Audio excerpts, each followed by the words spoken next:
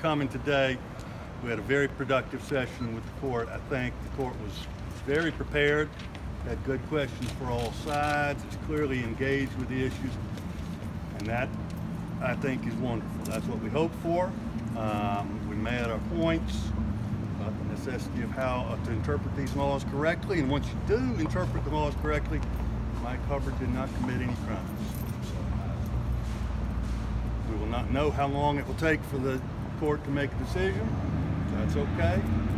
It's on their time, and we look forward to reading what the court says. Could you explain what was going through your mind as the court was asking the state very pointed questions about the definitions that you covered in your arguments? I was listening to see the ways in which I disagreed with the state's answers and might want to get back up and explain their error.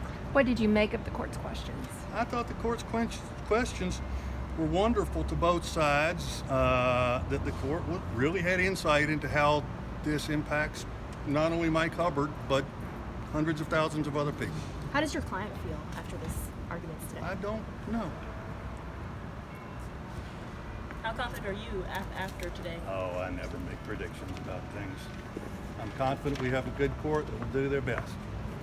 If this, obviously, the argument is this behavior wasn't criminal, how would you describe this behavior? Like, what did Hubbard do exactly? Hubbard did what every part-time public official does, whether it's the mayor of a small town or every member of the legislature. He had other things he was doing as well. Do you think the line could ever be blurred between I thought you said Lion Kid, I'm sorry. or Lion King? No, Do yeah. you think the line could ever be blurred between constituent services and possibly contract services or something of that nature? Not particularly about your client, but generally, could you see how the lines could be blurred? Could lines be blurred?